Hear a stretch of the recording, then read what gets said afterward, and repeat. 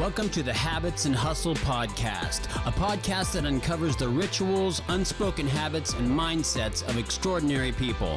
A podcast powered by Habit Nest. Now here's your host, Jennifer Cohen. All right, guys, welcome to Habits and Hustle. And today we have Gabrielle Reece, otherwise known as Gabby Reece. Easier. Much easier. I'm really excited about this episode. I was saying before you got here, I didn't want to say it and then re-say it because of so many things that you stand for and who you are as a person, which I'll ask you about. But for those of you who don't know, she's a champion volleyball player, a model, an entrepreneur, and I think just an overall badass woman. So I'm so excited to have you here. So thank you for coming. I hope I can live up to all of that. I don't know. We're going to find out now, won't we?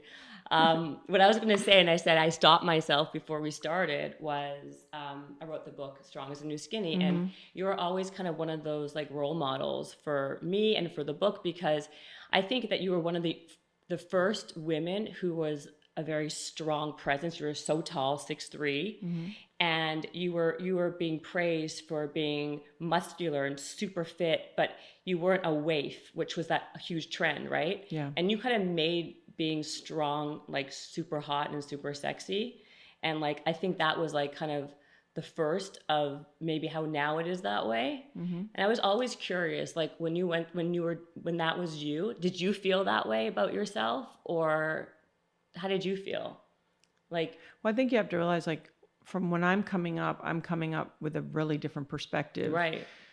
Meaning, so there's a couple events that go on, because really it's always the people before you that you never hear about are the ones.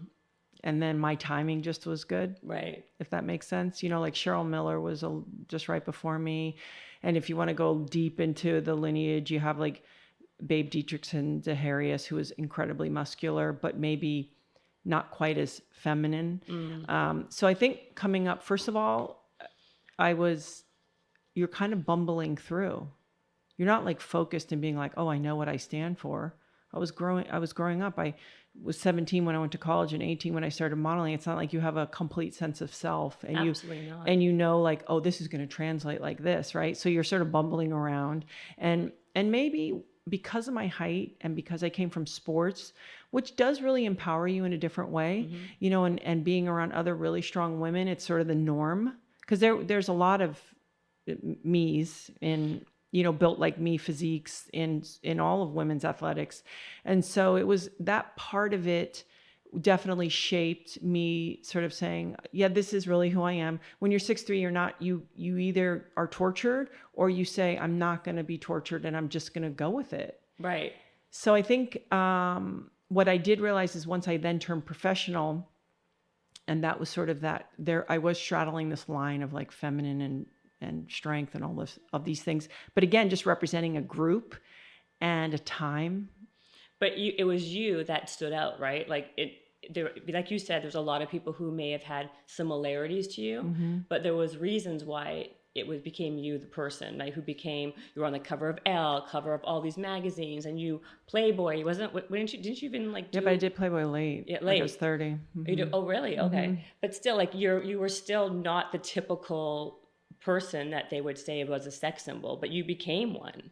Yeah, I don't know. Even Playboy, I didn't think they'd publish the pictures, because I had a guy friend of mine say, oh, I saw your Playboy. And he goes, it just wasn't, I go, what, pornographic enough? And he's like, yeah. All the women that saw it really liked it, because it was actually just the form. The guy who shot at Philip Dixon, who I worked with since I was 18. And the last time I shot with him, I think I was 47. I've worked a very long time with this person who I trust very much. He put you next to a mountain or a rock or jumping. So it was really the form. Yeah. And when I saw it, and what we did is we shot the pictures. He edited the layout and he gave it to them, and he goes, this is how it has to be. And when I saw it, I go, they will never publish these. Really? No, because they weren't sexy. They weren't. Yeah. And I think that's the thing. I don't know that I've ever been sexy. I don't think it's that. That's what I'm but saying. See, it's funny for women. Yeah. It's almost like they're yeah. But I don't think for men as much of the notion of what we think is sexy or sexual. I get what you're saying. Although I do think it's evolved to now where that is much more sexy or sexual than it was back then, which is what I was kind of getting to. At that time, that was definitely not like sexy or sexual. It was more like being like size 0 and little petite and like eating a little carrot maybe once in a while. Yeah. And then you come, on, and they, even like you said, you were from, that's kind of what you were surrounded by. But for whatever reason, to me anyway, you stood out. And I was like, wow, this is exactly, she embodies everything that I think is super hot. And then obviously I wasn't the only one, because with your whole career. But so when you were like 15, I think I saw when you were 6'3" at 15. Yeah. How was that? How did you feel then being that? Like, was it? Yeah, it was tough. Yeah. I think it's tough. And then that's right. Also, when I transitioned from growing up in the Caribbean and moving to Florida, it was my junior year of high school.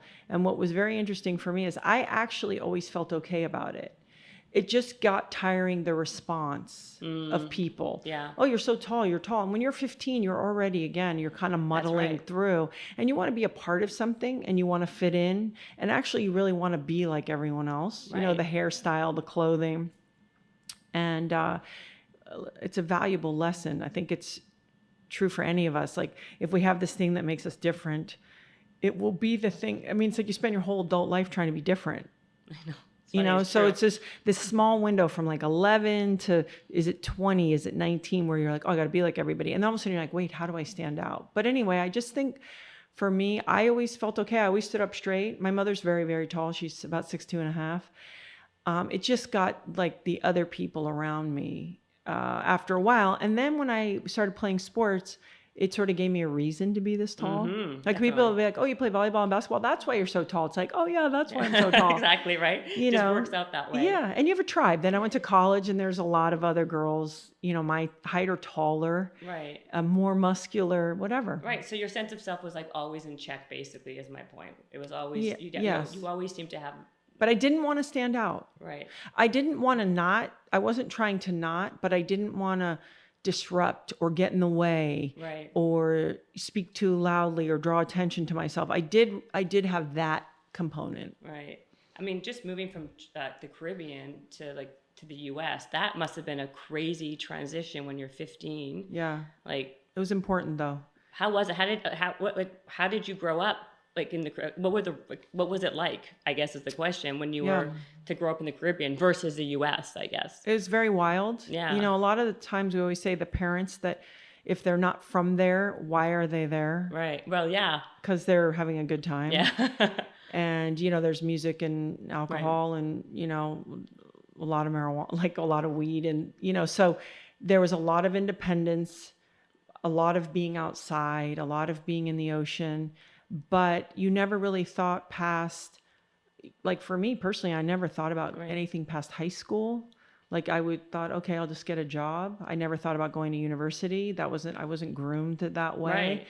And it would have been very easy to have a child at 19 and just work in a gift shop. Yeah. And not that, hey, that's not a good existence, right, but it would have been very easy for that to be my path. And so my mom, I think at that time was like, this isn't probably not going to go as well as it could, so that's why she moved me my junior year. Oh, okay. So then your aunt and your uncle raised you for a few years, from right? 2 to 7. Oh, 2 I to lived 7. in Long Island with them. My mom was training dolphins. I know, it sounds silly. What? She was training dolphins? Yeah, in a circus, and I got whooping cough, and so they took care of me.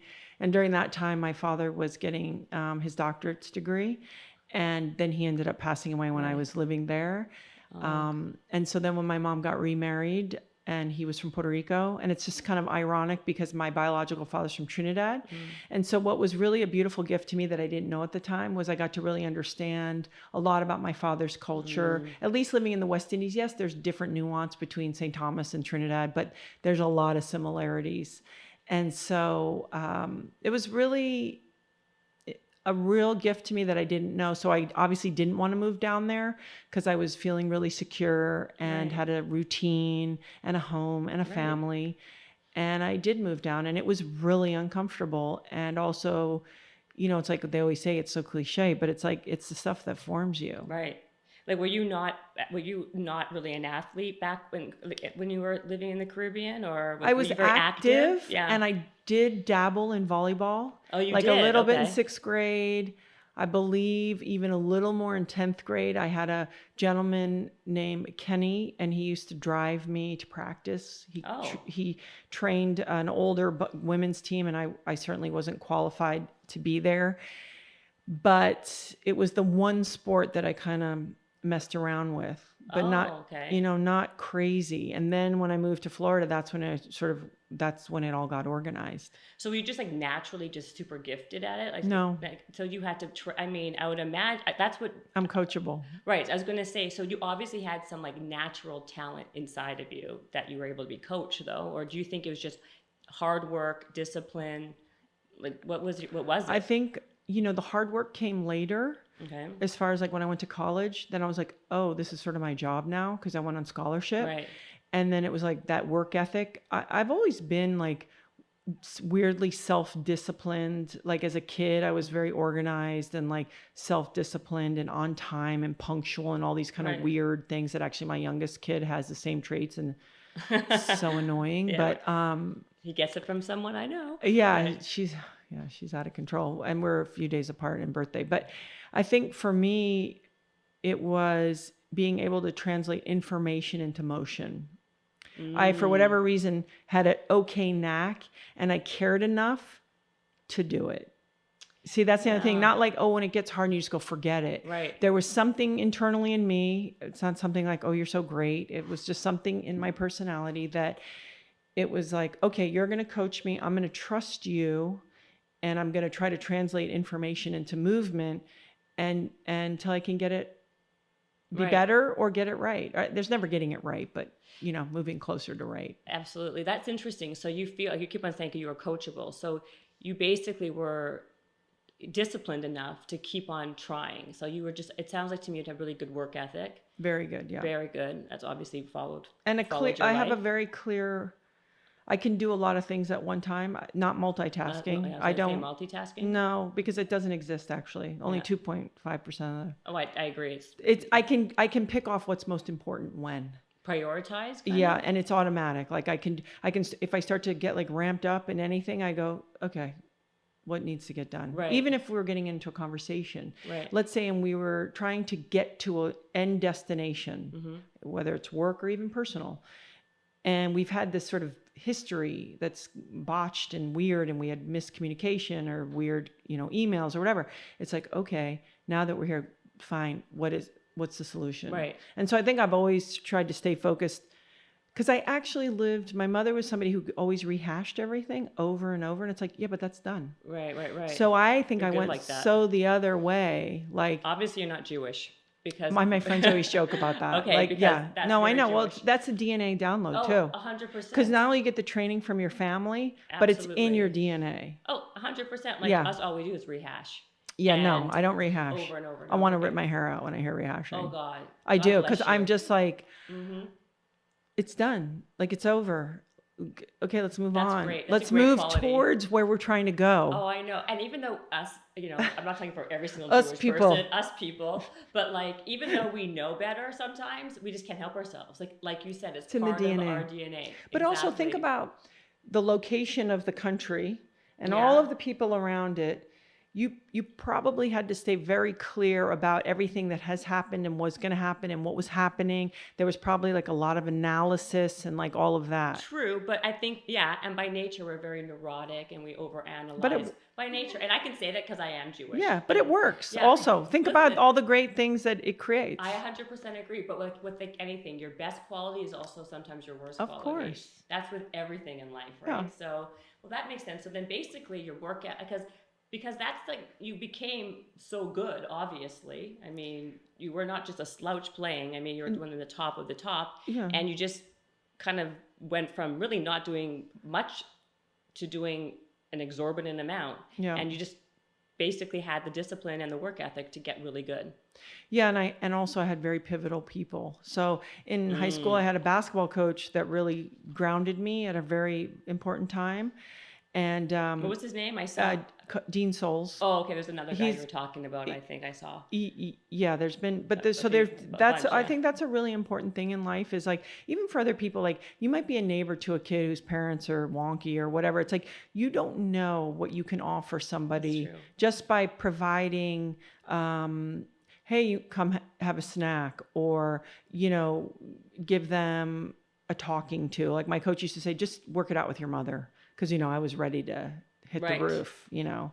And so he's like, just work it out. And then he'd take me like to eat barbecue after practice and be like, daggone it, Gabby, just, you know, make it work with your mother or whatever. And then I had a boyfriend actually in my last 2 years of high school, named Jeff Sandhoff, who came from a very good family. And when I say good, I mean good heart, Quality. very Yeah. quality, you know, very religious, completely different than the way I was raised. But I was like, oh, there's people out there that are trying to tell the truth, that are trying to raise their kids, and they didn't drink alcohol. Like they had some standards of living that I thought that seems to work. Some of these ideas seem to work. Me, if your skirt is shorter or longer, and maybe if, you know, you're making good decisions and you have premarital sex, I don't have an issue with that. But, you know, some of these, you know, fundamental things I thought were so important. And so I had them impact my life. And then my college coach, Cecile Renaud, who taught me about personal accountability. And also, she would say things to me that I didn't get till much later.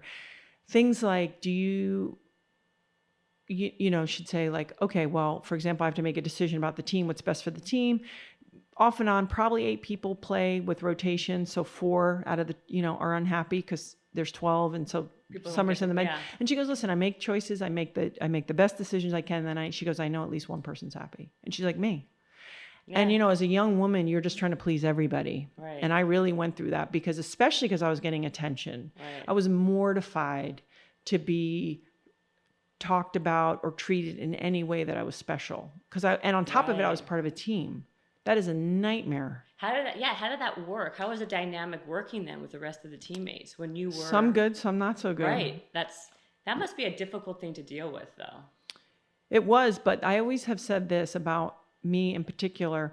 My mechanism for survival is so powerful that even at the cost of that discomfort, I understood I was having in a moment and I had an opportunity, and I wasn't not going to take the opportunity. And I wasn't not in certain ways going to maximize the opportunity because I knew I had to take care of myself. Right. So that would trumped all. You're resourceful. You have to be. Oh, you're pissy and you're saying bitchy comments to me. And it did make me feel bad, but I was very clear, like, you have to take care of yourself. Right. And it wasn't meaning I had to step on people's head to do that. It just meant if I had to be in situations where people didn't understand or I was uncomfortable, that was okay. Right. Also because I think a lot of times girls can be catty and jealous, right? Which is an awful trait, right? And when one person's getting all the attention, that's like kind of human nature. That's well, it's unfair, right? It was unfair. I was given an unfair amount of attention. But why do you think that is? Why do you think that you were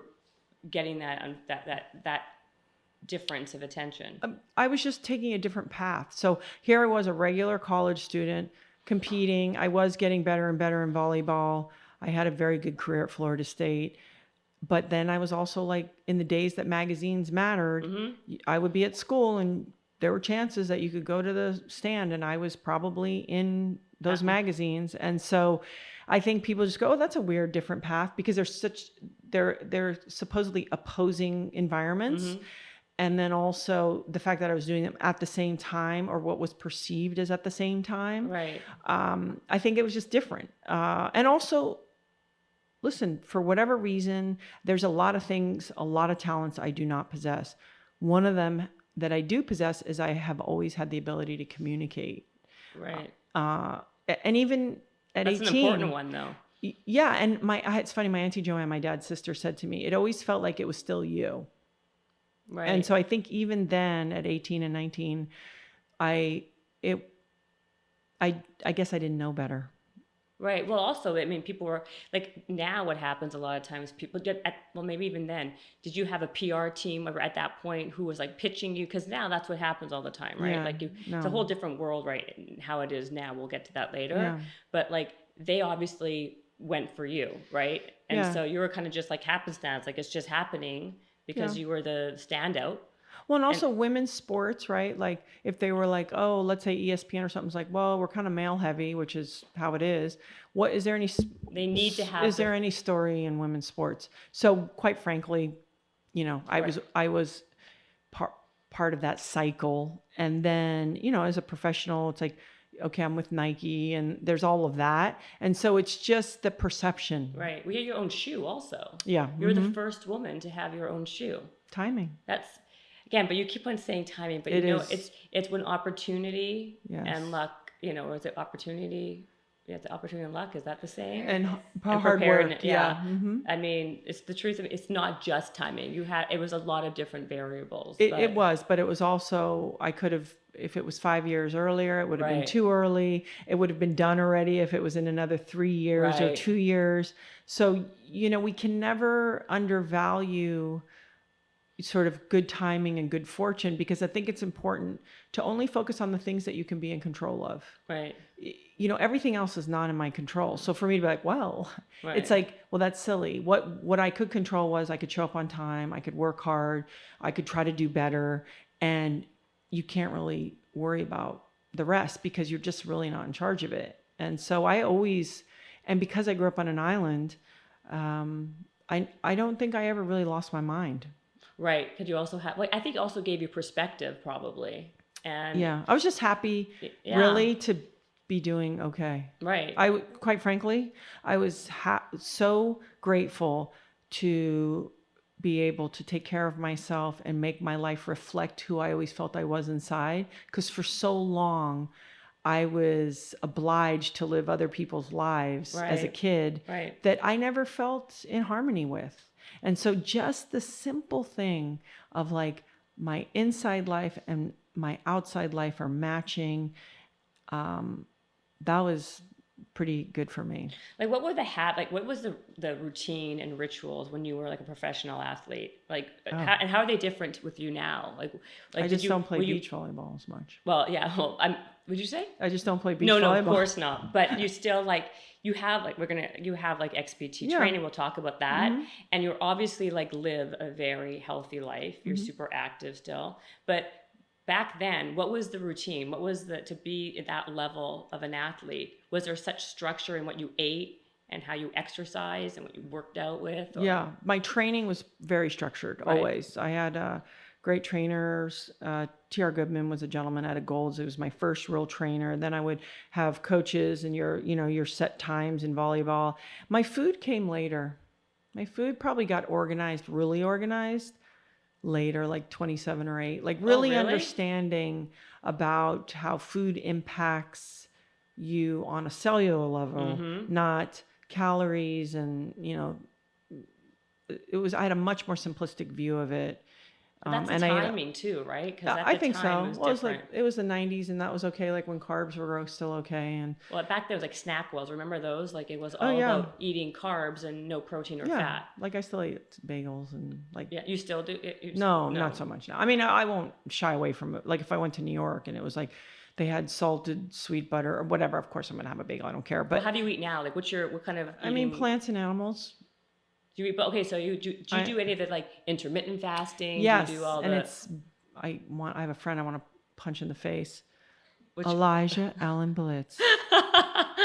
He does. He goes into autophagy, so only eats once a day, right? So he brought that to my house, and Laird. All you have to do is Laird doesn't. Okay, talk about what that is, because I don't think most people know. His window eating is 4 hours, so he can have caffeine or stevia or water, but because it doesn't start the digestive process. But he does it. He eats between 4 and 8. And it's quite good. I mean, here's what I know. Okay. Caloric restriction is excellent. Nobody disputes that. Fasting is better in that you don't eat your muscle tissue. You don't slow down your metabolism. And so there's something to that, right? Right. So for example, okay. I had a coffee yesterday morning, and then Laird and I didn't eat lunch or dinner. And I went to bed and I was like, I am so hungry. And, my husband is a freak, and I was like, do you want to go and eat? Because we went to kids back to school night and now I really want to eat. You know what I mean? And it's and he's like, why do you want to eat? And then I'm like, oh, I don't want to be a bad influence on him.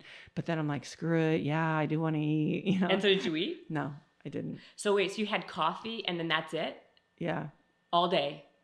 Yeah, and I was not happy. Oh my God. It's not that I wasn't happy. It's fine. And you know what's funny is I actually feel better today. I was going to say, did you wake up starving? I had a coffee this morning, but I feel better today. Like you start to kick into getting more energy, and it's also the psychology, right? The habit. And you know what Laird talked to me about too? He's like, think about how much energy and time goes into what am I going to eat, and thinking about eating. And go, yeah, and add who's cooking dinner, right? Like what are we eating as a family for dinner? Do you cook? Yeah. So you're like the big cook in the family? Yeah, I'm the one. Good for you. Okay. Yeah, are you good? So You're a good cook? Yes. Okay, we'll get to that. You have to be. I have a husband that he must eat like 20,000 calories. Oh, he's per insane, meal. And he's so simple in a beautiful way of like, you know, if you made me dinner and we could sneak away on a regular basis, and you treat me with respect and like let me be who I am. Laird's like the easiest husband in the world. So like for him, dinner is like it's a language. Yeah, it is. Yeah. So I'm happy to do it, and I want to be creative at doing it and everything. But then I realized yesterday I got so much done because I wasn't thinking about food. Right, you weren't thinking about food. You weren't cooking. I was an animal. I can't imagine. But you were okay. Your energy was fine. But I was realizing how much of it was my trip, my own emotional trip. But what if you put your food, like what I do is I put a lot of things on autopilot. I've had the same breakfast for like 20 years. That's a no-no. You know that diversity is the key to it all. 100% it is diversity for sure. Yeah. But be like doing the same training for 20 years. 100%. But you know, I'm a creature of habit, and also I don't want to think about it. I want to be able to eat something so I can like move on with my and I get that fuel as food. However, if you're really, what season is it? I know. What color have I not eaten? This takes thought. I know, but it's like That's if you're what you saying, have to do. I'm at the place now in my physical practice. I mean, listen, I'm almost 50 years old in a couple months. It's like if you look amazing though. I don't know whatever you're doing. I want to do that too. Thank you. So but like honestly. Well, I go to bed. I have never really drank in my adult life that much. You know, like maybe it's a little glass of wine. I think it's how you process stress, whatever, genetics. It goes on and on. But my point is that you start to, when you have this long of a physical practice, it better be about something.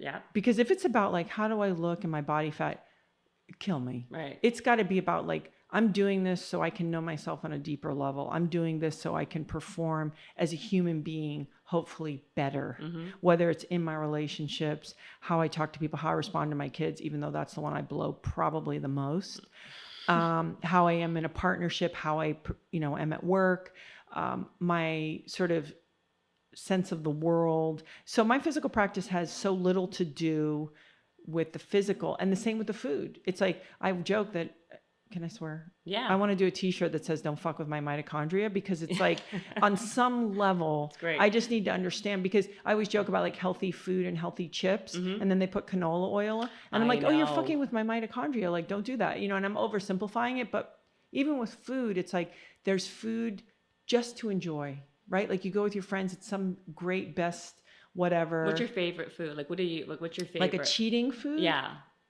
I mean, listen, for me, like, who doesn't love like a real handmade pizza, or with like that. If you give me like risotto with truffles on it, I'm good. Yeah. Like what else is there? But I don't need it all. It's not I don't need it. And so I guess I want to connect with things like, well, is this going to help me overall? Right. Just be better. And I don't mean fit into my jeans. That's going to take care of itself. Yeah, I know that. It's true. Like that's the after effect. Yeah. I know that so clearly that I don't have to worry about it anymore. I'm sure. Right. So the fasting also, to be honest, like just when it gets like really bad and you're like, yeah, I know I've got some peanut butter or something down in that cabinet that would take care of this lickety split. Right. Then I have to sometimes go to my lower self and be like, less inflammation. You'll look better. You'll be more slender. Your joints won't hurt. Even if I have to start using all that bullshit to get it done, then I will. Yeah. Whatever it takes. Oh yeah. But I've been doing this a while. So so you do intermittent fasting every single day? No, because I'm going to kill Elijah Allen Blitz. Yeah, that's crazy. That stuff is like crazy. He does the 4 hour. And he's transformed, by the way. His composition is totally. He transformed. Yeah. And he, whatever. So I just believe in experimenting too. because you got to know things for yourself. Absolutely. You can't That's just be the like, I best way to read it know. in a book. Right. It's like, well, how does that work? How do I feel? Did I wake up better, clearer? I did. Are my joints feeling a little better? They are. Right. It's even things like just the notion of inflammation. How do I manage that? Because stress alone will hammer you with inflammation. Right. And then add food and then, okay, a bad night's sleep. So it's like all these things just to support and keep it simple, right? Like, why am I doing this?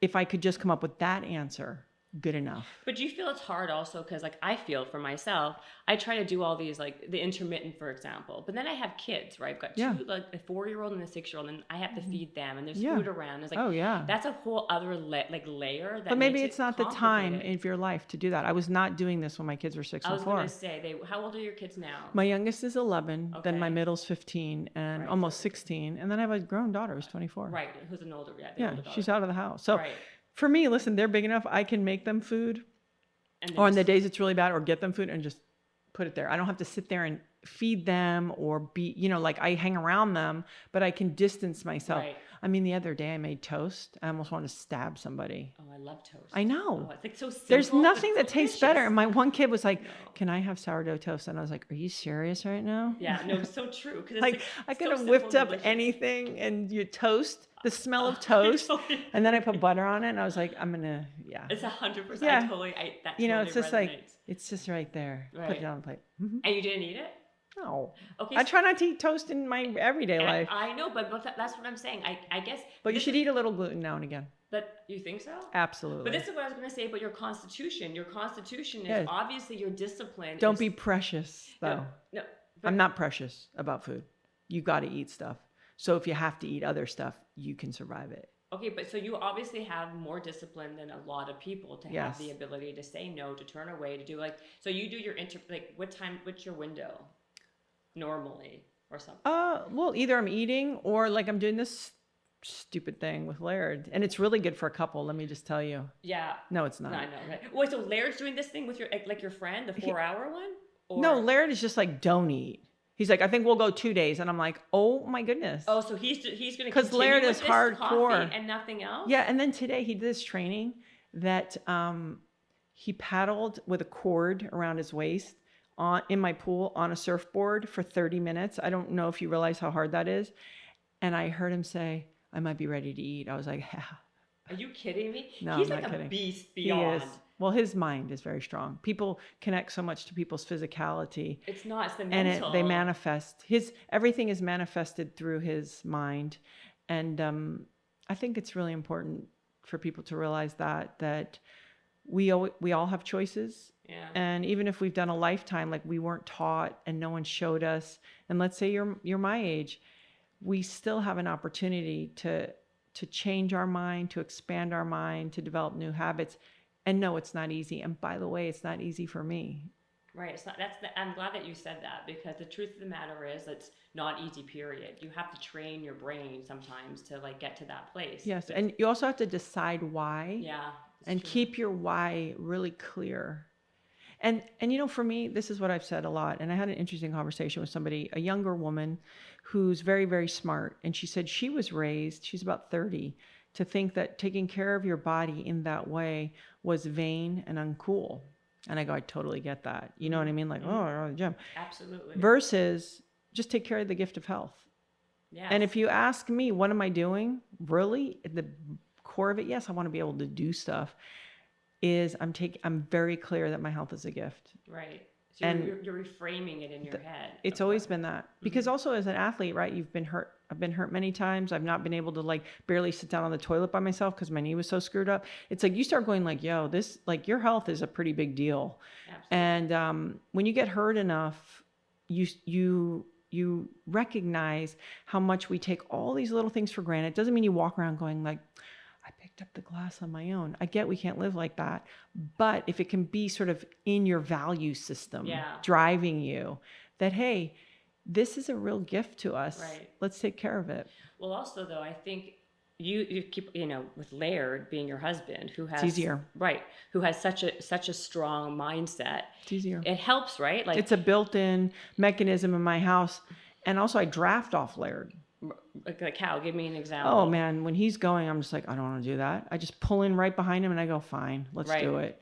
And he a lot of times is the motor that pushes, and I do other things that support us, but for sure he's the one. Right. I mean, that's a major thing, right? It's because the people you surround yourself is who you become, right? It's everything. So it is everything, I think, too. So that's why he's so strong in that way. Yes. It's impossible for you not to kind of become that as well. And your kids, I'm sure, like, how are your kids? But I was also that way before I met Laird. I know that's and so I think it's like you have to bring it too, but he's just helped me continue to bring it because I'd be tired by now. Well, it's like back and forth. It's like ping pong, right? Yeah. Like him, you, both together. Yeah, I think he pings it more than I pong it. He's like, here you go. You ready, Gabby? Yeah. I'm like, oh, thank you. Yes. Are we ready, Gabby? Yeah, I'm ready. Okay. Good. I can't even. Because I'm female, so I'm more emotional and like, yeah, okay, give me some chocolate, whatever. It's just the different. He's like, well, what? Do you need that? It's like, might. Does he ever like have? Yes. He does. Barely, but yes. Because he is so strong. Like, so what would be? I'm curious. Like, so in the morning, does he not eat out until like? What is his whole thing? Coffee with his. You know, he has a whole business. Yeah. Around his real genuine. It's his coffee habit was first, not the business. The business is born out of Laird's 25-year relationship with coffee. And then 16 years ago, Paul Chek gave Laird ghee in his coffee. Because so Laird was like interested in caffeine for energy, but then it was like, oh, fat for sustained performance. Yeah. And then a friend of ours watched Laird make these creations for like 3 years. And he said, would you mind if I try to make this in a powder? Because he'd do it for all his friends. And they're like, well, how much of this did you put in? How much of that? So he does that till 1 o'clock. Until 1 o'clock. Correct. So is his day super like scheduled out? No, because he's a surfer, and what that means is he was raised with the idea when I wake up, and this is before the internet, right? I will let Mother Nature dictate to me what I'm allowed to do today. So you actually have this person who is very disciplined and structured, but wants to feel that he has the freedom to do whatever at any moment. Wow. And so it's an interesting mix of somebody who wants to be changing it up all the time and doing different things and going on adventures and isn't always able to, so he grinds it out also for the longevity of his performance. Right. The reason he performs at such a high level still as an athlete is because of the radical output in his training.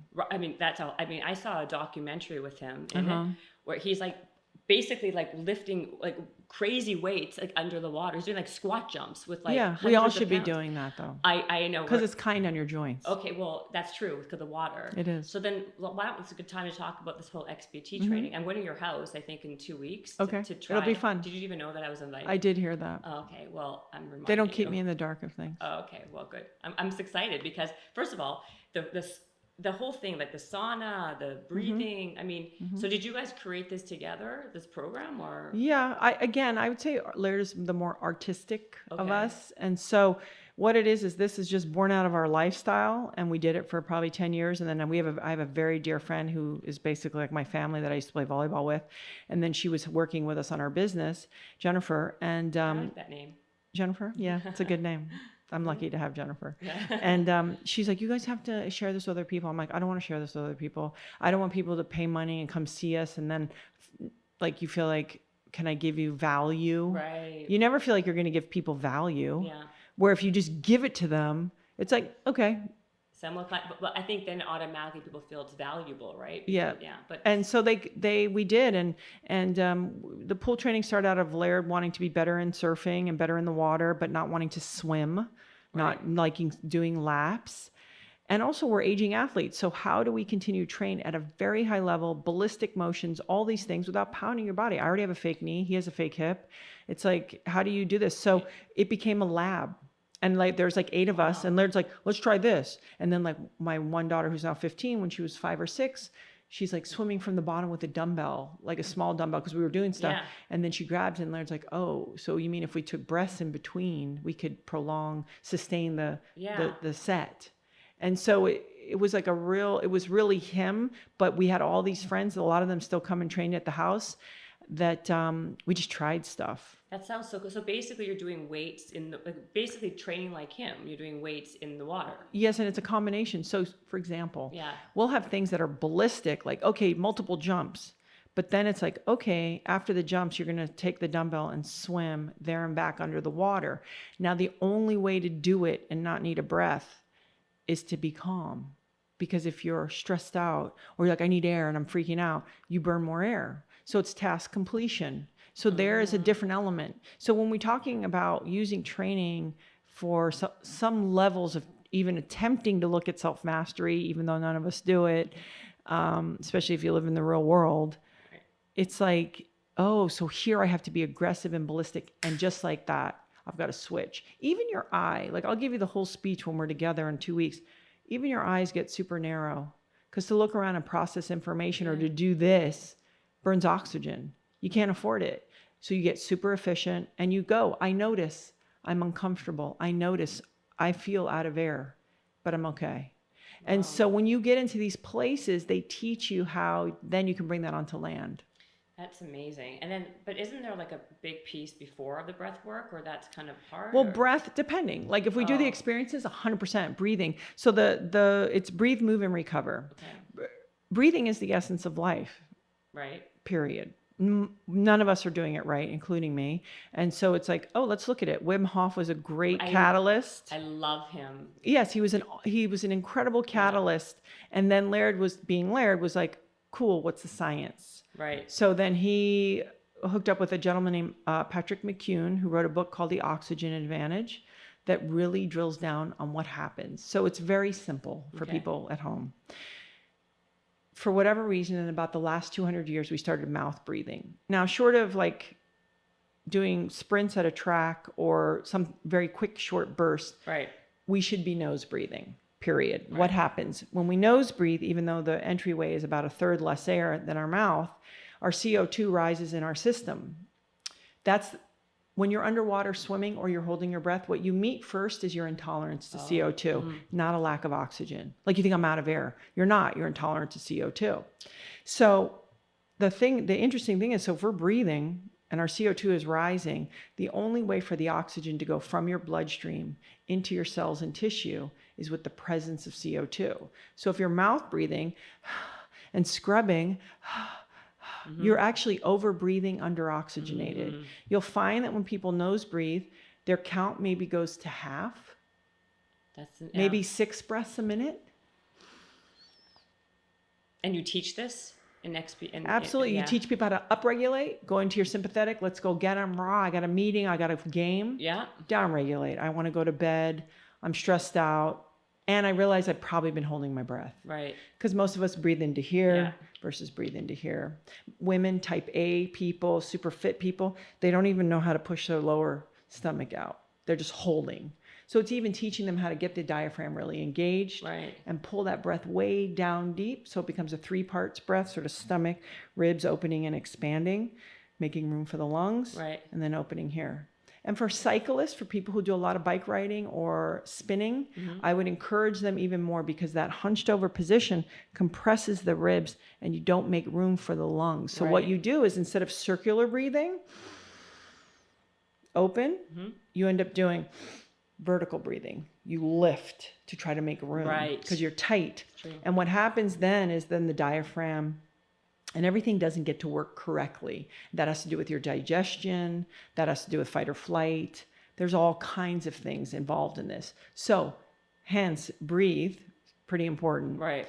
Move, we're built to move. Doesn't mean kill yourself, just means move, have a moving practice. Right. And then recover. And what that means is just not, I took a day off. Participate in your recovery. So do breathing, do stretching. If you can get in a cold plunge or get into heat, so that you participate in boosting your recovery, like not just active recovery. Correct. Yeah. Well, that one that you sort of go, I'm going to contribute. I'm going to put it on boost, if you will, not just like, I took the day off. Right. And sometimes that's okay. That's great too.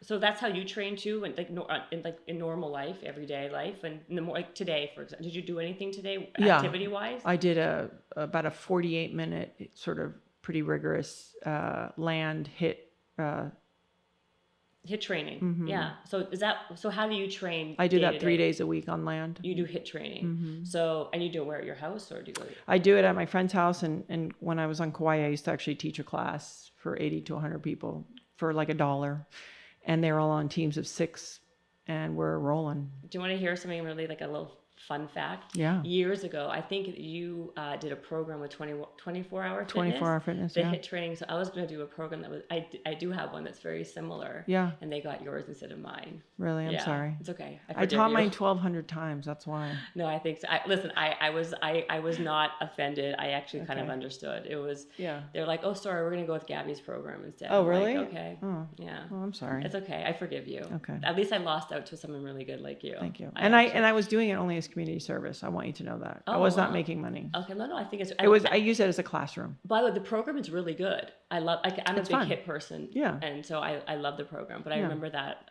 it was like 4 years ago.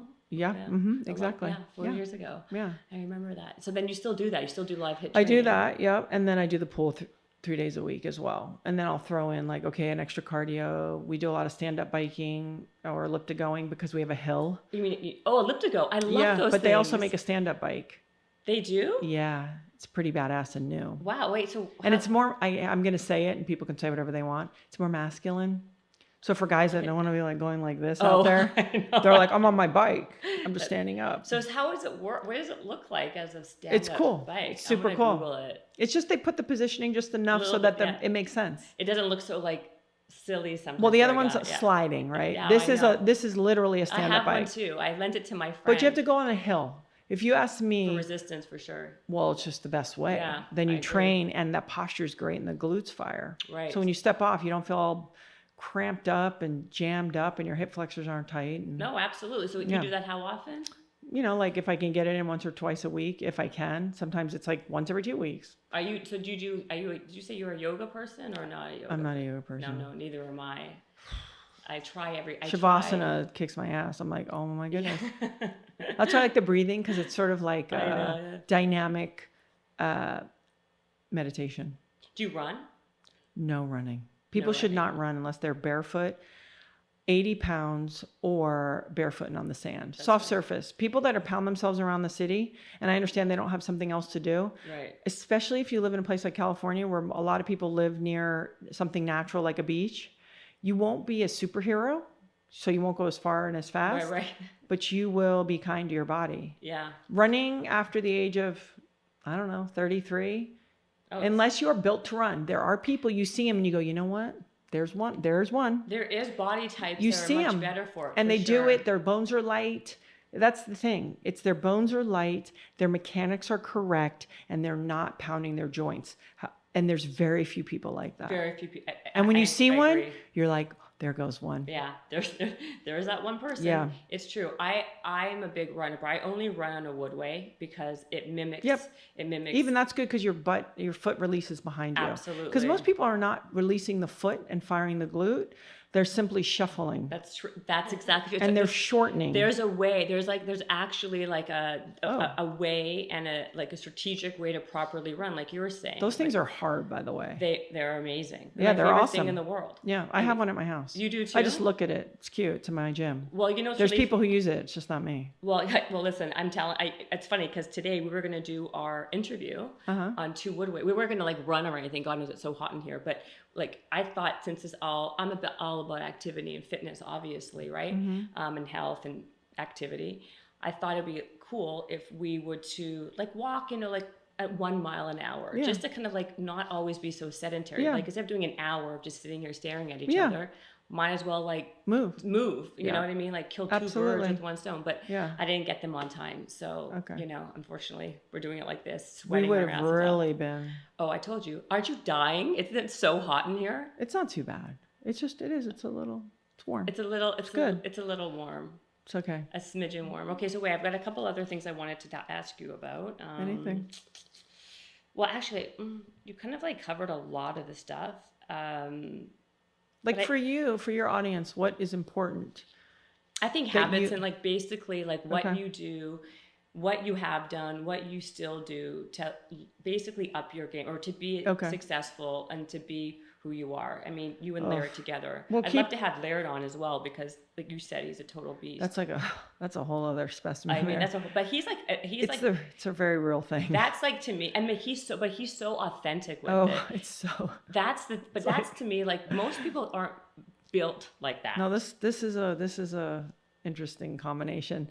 I mean, I met Laird when I was 25. I think that's why I was like, I think I have to marry that guy. I think I don't know if I'm going to meet another one like that, but he's so also unique. He is, and he's also very, very, like, it's this great mix of like hyper masculinity and then, which enables him then to be more loving, more sensitive.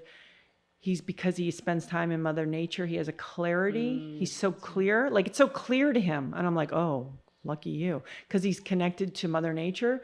So I use him a lot as a North Star. But what I would say to people is this, and it's not a new formula. It's sometimes we have to back away.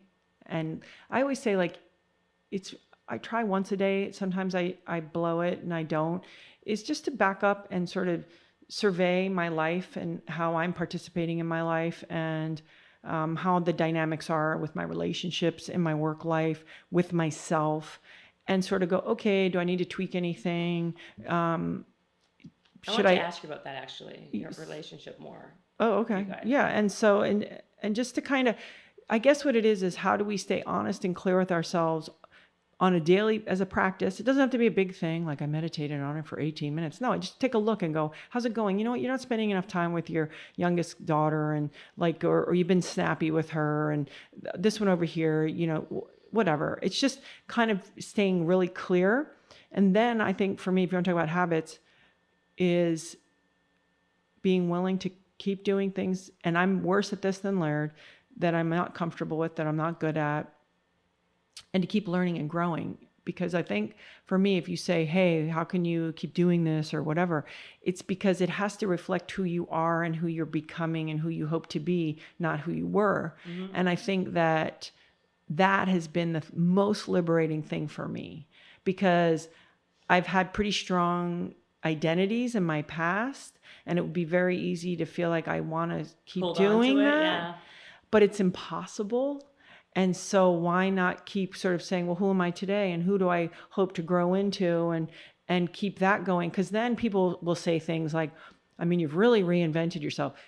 I haven't really reinvented myself. I've just been living. Yeah, evolving as you live. That's it.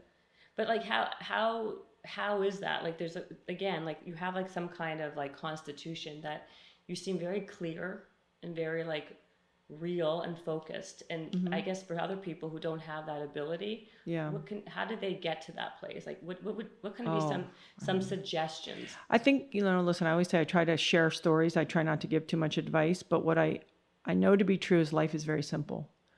And we've made it very complicated.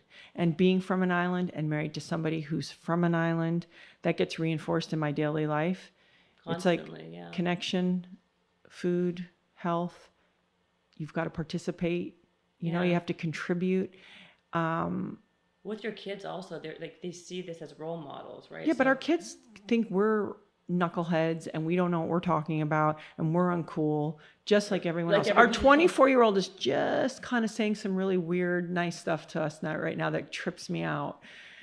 But are you kidding? No. I know, I'm kidding. No, and it gets worse. Like when they're teenagers, it's like, that's why. And that actually, by the way, is for myself and for Laird. That is for us to grow from. Because also your children, and I'm like, hey, I'm 30 something years older than all of them. What do they know more than I know? They're also there to provide me with a different point of view, because my brain's hardwired a certain way. I grew up in a certain generation.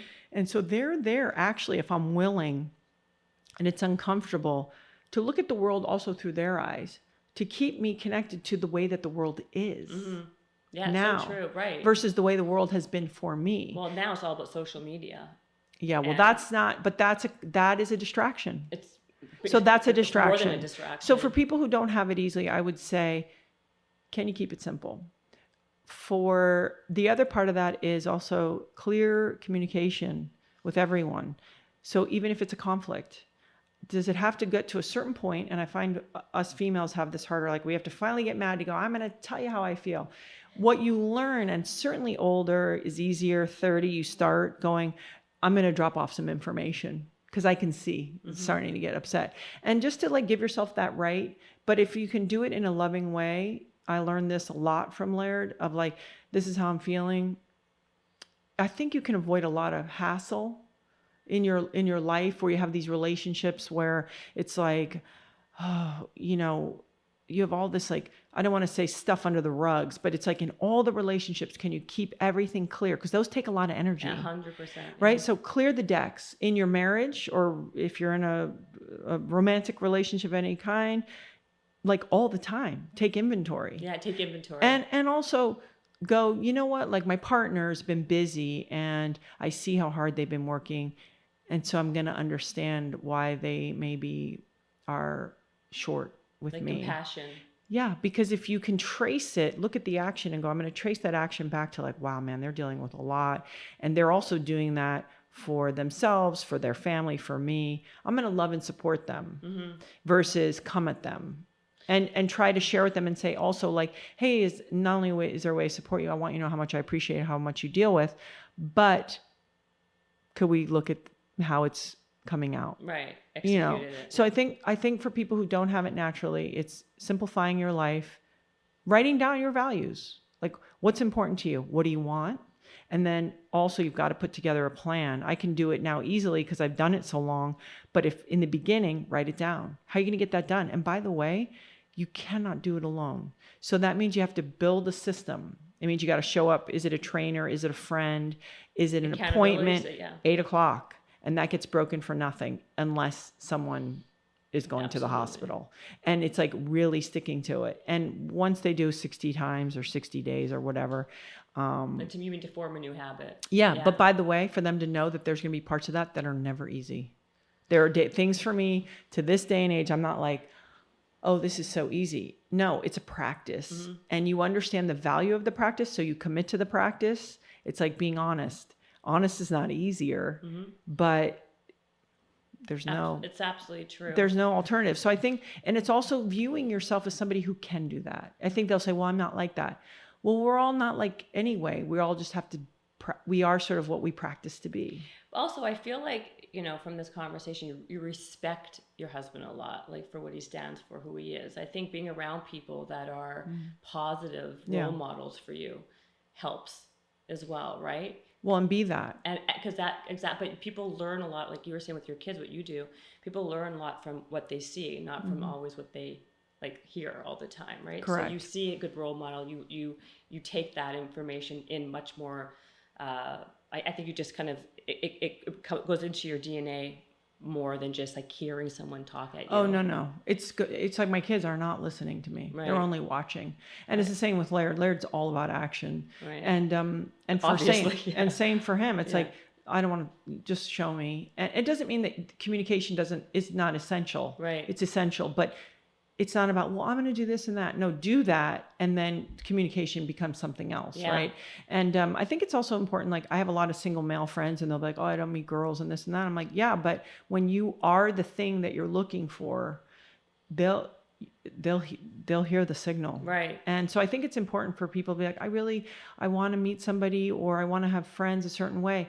Well, if you are these things, it will arrive. They will arrive. All of it will arrive. Right. I always say that, you know, water always finds its level. Like you always end up gravitating to who you are. Yeah. Right. So if you're not that person, then you're not going to end up with that person. Never. Or see that person. Yeah. Right. That's why probably you and Laird you guys got married, had this like, you know, love, because you guys have such similarities in your core, it feels. Well, I always joke that people think that we're tall and blonde and athletic and that's what we have in common. No, I don't think that. And it's really the way we grew up. Yeah. And I think what we think is important. And it's so few things. It's the simple things in life, really. It's so few things, you know, and I don't know. I think sometimes that's not as sexy and it can even be boring, but I think in the depths of your spirit, it sort of makes you feel really good. And that doesn't mean, by the way, We haven't gone through like craziness in our family and with our kids and Right.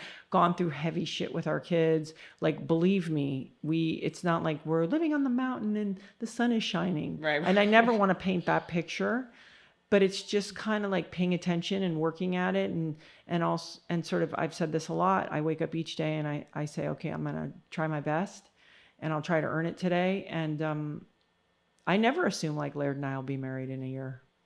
Really? No, because then it's like, oh, I got that. Right. You never have any of it. I don't have my health. I don't have That's my true. friendships. I don't have my marriage. You got to work on everything. I'm not, I was a good parent while you were a baby, so I'm good. It's like, no, it's like, I'm going to work. And, you know, some days I do it better than others, believe me. And especially as a parent, I think that that's been the hardest one and the one that I am always the most concerned about. Really? Yeah, because it's so important. It is. It's the most important one. It's the most important. And it's hard, especially when you're like a career person and you're ambitious and you're driven and with your kind of career, you're basically traveling, I would imagine, all the time. Did you take them when they were little all the time? I never left my kids until they were 3 years old because I'm like, they're babies. Right. So they got to be with their mom. Yeah, and that's not easier. But also, let me be clear. Let me be super clear about that. I am very aware of what a luxury that was because there are most people that have to go to work and don't have that opportunity. Right. So this is what I know. If people have to work hard and they're doing the best they can and they love their kids, and if they really screw up and they learn how to say sorry, even if the kid's 3 years old, that's a really good start. You know, like Lerda said to me, like, you're here and you love them. And I think sometimes on the days that we feel like, man, because the best is like your kid turns 14 and you're like, oh, I think I was screwed this up the whole 14 years, right? Like you do that. I think it's the really important reminder to go, okay, am I going to be here? Am I willing to say when I blew it? And am I willing to try more and to try better?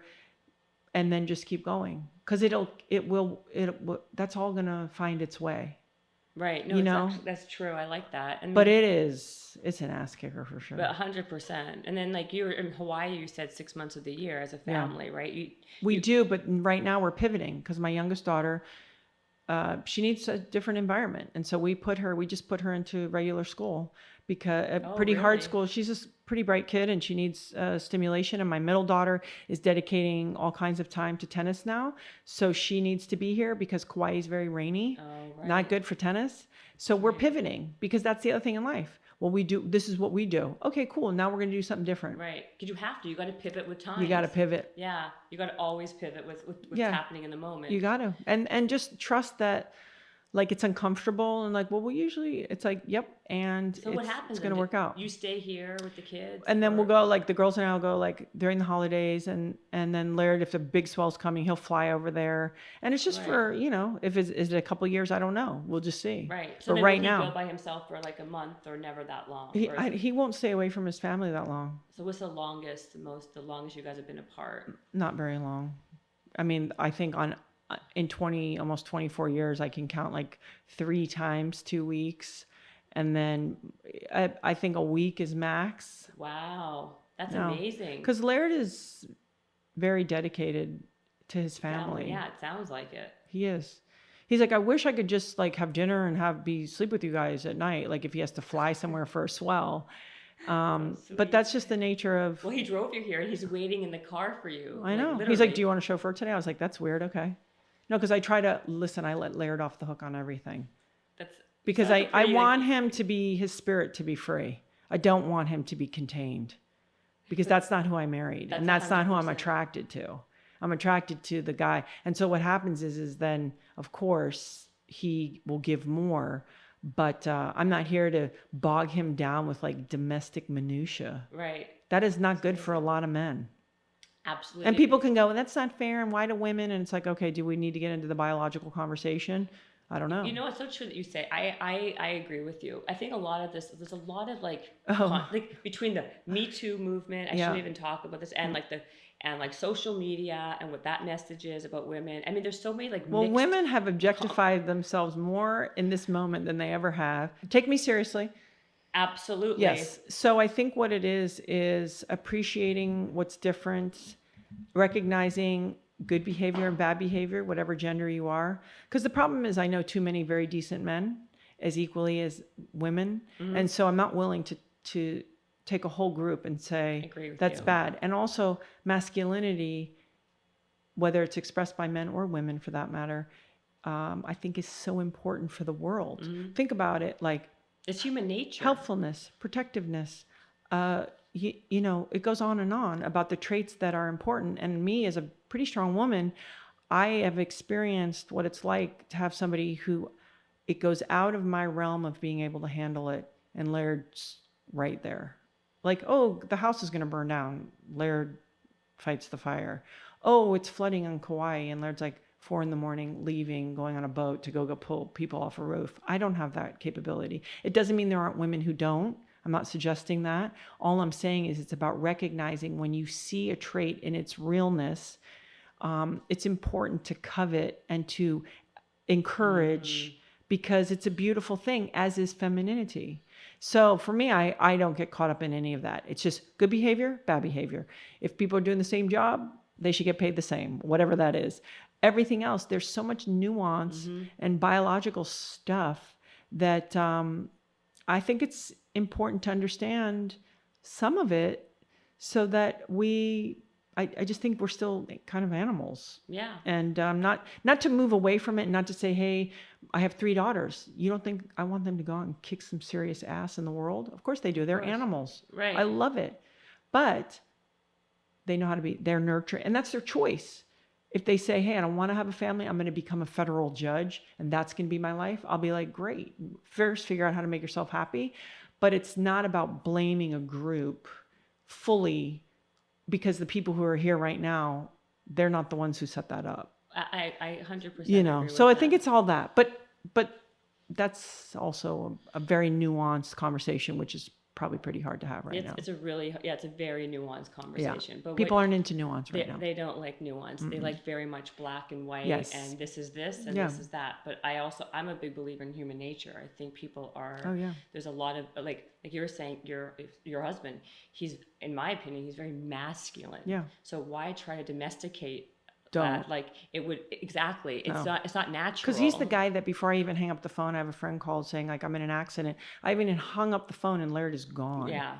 Going to help. And so for me, and it's not about men having to be that way. It's just about if you are that way. Yeah. Yeah, and also as women, be strong. But for me personally, once I get into my personal dynamic, I wanted to express myself a little differently. Yeah. And that's not to say it couldn't be flipped.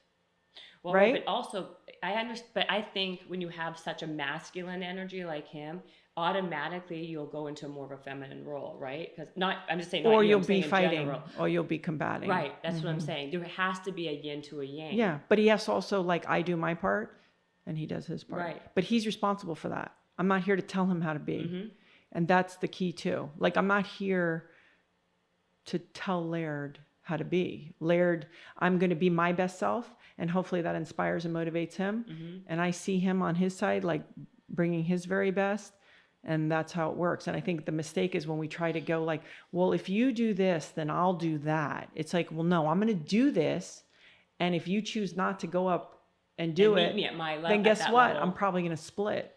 Right. Exactly. It's just the way it is. Oh, and also the people, a lot of times what they'll do is they'll try to tweak and change that person to meet what they need, when that's not really like it's an uncomfortable place for the other person. Well, there's resentment. And then also usually like Laird's like, if I changed in all the ways you thought I wanted to change, you wouldn't want to be with me anyway. Exactly. You wouldn't be attracted to him anymore. Yeah. Because like you said, what you were attracted to was a certain kind of person. Totally. And you want him to stay in that person. Yeah. So I think the habit is to realize, focus on the things you can control. I love how you keep on you're going right back to what the message point. Well, it's your show. I want to just be a benefit to you. But I'm just saying, I think for me, like if I haven't learned anything in this world, and even when it comes to my children, I will stay focused. Doesn't mean I don't mess around and worry about all this other crap that I'm actually not in control of. Right. I admit that freely. I lose sleep over it. However, ultimately, it still comes back to, okay, what am I really in charge of? Right. And what can I participate in, and how can I make this better, and what's my responsibility in this, and just go from there. Yeah. Well, I think you've been a great guest. Oh, well, thanks. No, you're You're welcome. so sweet. No, it's the truth. I mean, you're very open. You're honest. You gave a lot of great tips and tricks, and told us a lot about your relationship dynamic, which I think is super. In my opinion, I'm super interested because both of you are so similar, and it's interesting to hear the dynamic. And we're very different, and yet very different. Like Laird is much more sensitive and kind and loving than I am. Wow. I am much more linear, and you seem pretty nice and kind to me. I am, but when it's 12 and my 11-year-old's like, will you come down on the lower bed and lay with me? I'm like, no. Laird goes every single time. Wow. So when it comes down to it, when it comes down to he's the mushy, sweet, kind, loving. Well, God bless him. He's been sitting in the car for an hour and a half waiting for you. I better go so I'm not in trouble. And I will say one last thing for people. The most important thing really is one thing, for whatever reason, maybe because I wasn't taught differently. Ultimately, if I've had any sort of success or stuff in the world, it's really because I did it as who I am. And so I think what's really important for people, especially if they're going to try to physical practice, fitness, they start looking at pictures and bodies and all this stuff. Make sure you're lined up with who you are. Mm-hmm. Because if I was training and looking at a girl who was 110 pounds and a size 2 or whatever, I'd be perpetually frustrated, right? So it's also about really drilling down on who am I, what do I think I do well, what are the things I'm going to be working on, and go from there. Because when we're just trying to fit into something we see, I think that is a really that's a tough thing, and it's a thing I don't think ends great. I love that you said that at the end, because that's my whole entire philosophy with life. Stop trying to fit into a circle into a square, right? It doesn't Be the work. best version of yourself and have realistic goals with who you are and what you're about. That's it. Right? And don't try to be my first book, second book, third book, all about the fact that all these people are trying to be, if you're a size 4, you want to be a size 2. If you're a size 2, you want to be a size 0. Why don't you have a goal I want to be strong, and then you achieve that goal. That gives you the confidence and the mental, the mental sexiness that will then become physically attractive. It'll manifest itself. Yeah. That's right. And I think that's an energy that people undervalue. Wow, they look like they feel pretty good, and they feel good about themselves, or self-confidence. They've got something going and they're pretty up. Most times I see them, they're pretty positive. That's attractive. And it's the most attractive quality. There's been tons of research basing on that. It doesn't matter if you're beautiful or average or fat or skinny. What supersedes everything is confidence. That's right. Every single time. Yeah. Because that's the most beautiful. That's what people gravitate to. Yeah. And you can look at your fine lines. I do that too. But we all do that. Don't make that your thing. Or you can be you can be accepting of your thing, but also be okay, I'm 5'6" and I look like this. I'm gonna I'll make it the best 5'6" body. That's right. You know what I mean? Yeah. I'm 6'3", whatever. I could take you to the mall right down the block from your house, and you could shop with me and be like, oh my God, I can't believe one thing in the store doesn't fit you. Yep. Well, I mean, yeah. No, I'm just saying. I can imagine, of course. So, it's you just roll with it. You're like, all right, size 12 foot. Okay. Google that. That's right. That's 100% true. I love that you said that. Thank you so much. You really, like I said, you're an amazing guest. Would you come back sometime? Yeah, as long as you don't make me go on a treadmill after I've trained. Okay, I won't. But and also, I promise to invite you back when there's some air conditioning. I know, you're just messing with me. Yeah, how you handling that? This is your infrared sauna. Are you really from the Caribbean? Yeah. Oh, a lot of heat and ice, huh? Exactly. Thank you so much. Gabby, how do people find you? Oh, don't worry. They can find me. Gabby Reece with a C, REECE. I'm not. You're not really promoting anything anyway. I'm not really a big self-promoter. It's probably one of my major downfalls. Well, I think you've done pretty well with yourself without that self-promotion. Thank what you. Do you think? It'll work. I would like to have half your career. It's working out. Yeah, working out just fine. Thank you, everyone. Thank you. Bye. Habits and hustle, time to get it rolling. Stay up on the grind, don't stop, keep it going. Habits and hustle, from nothing into something. All out, hosted by Jennifer Cohen. Visionaries, tune in, you can get to know them. Be inspired, this is your moment. Excuses, we ain't having that. The Habits and Hustle podcast, powered by Habit Nest.